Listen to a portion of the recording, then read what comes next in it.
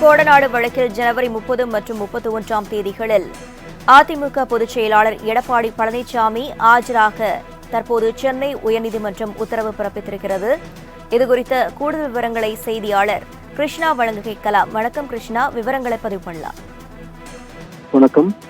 கோடநாடு கொலை கொள்ளை வழக்கில் தன்னை தொடர்புபடுத்தி வீடியோ குறித்த டெல்லியைச் சேர்ந்த பத்திரிகையாளர் மேத்யூ சாமுவேல் இந்த வழக்கில் குற்றம் சாட்டப்பட்டுள்ள சயான் மற்றும் வாளையார் மனோஜ் ஆகியோருக்கு எதிராக கடந்த 2019ஆம் ஆண்டு தற்போது அதிமுக பொதுச்செயலாளராக இருக்கக்கூடிய எடப்பாடி பழனிசாமி 1,10,00,000 ரூபாய் மாநில செய்து கோரி சென்னை உயர்நீதிமன்றத்தில் வழக்கு தொடர்ந்தார்.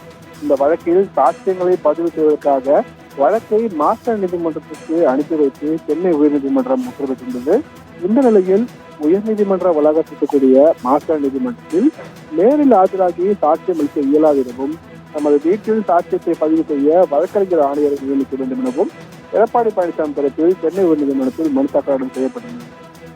இந்த மனுவை ஏற்ற உயர்நீதிமன்றம் நேரில் ஆஜராகி சாட்சியம் அளிக்க எடப்பாடி பழனிசாமிக்கு விலக்கு அளித்ததோடு இந்த நடைமுறையை அவரது வீட்டில் மேற்கொள்வதற்காக வழக்கறிஞர் ஆணையராக கார்த்திகை பாலனை நியமித்து உத்தரவிட்டிருந்தது.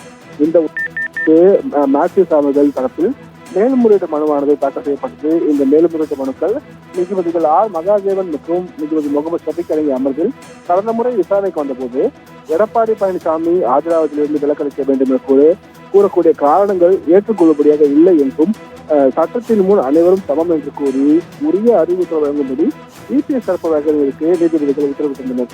இந்த வழக்கு இன்று மீண்டும் விசாரணைக்கு வந்தபோது எடப்பாடி பழனிசாமியிடம் அறிவுறுத்தியுள்ளதாக அவரது வழக்கறிஞர் நீதிபதிகள் தெரிவித்திருந்தனர். மேலும் பொங்கல் விடுமுறை மற்றும் சட்டப்பேரவை நடைபெறுவதால் அதன் பின்னர் தான் நேரில் ஆஜராவதற்கு தயாராக இருப்பதாகவும் எடப்பாடி பழனிசாமி தரப்பில் விளக்கம் அளிக்கப்பட்டது. பின்னர் நீதிபதிகள் பிறப்பித்த உத்தரவில் வருகிற ஜனவரி 30 மற்றும் 31 ஆகிய 2 நாட்களில் சென்னை உயர்நீதிமன்ற வளாகத்தில் இருக்கக்கூடிய மாஸ்டர் நீதிமன்றத்தில் நேரில் ஆஜராகி சாட்சியம் அளிக்க எடப்பாடி பழனிசாமிக்கு நீதிபதிகள் மகாதேவன் ஆகிய அமர்வு இன்று தினம் உத்தரவு ஒன்றை பிறப்பித்திருக்கிறது. பிரவீனா, விவரங்களுக்கு நன்றி கிருஷ்ணன்.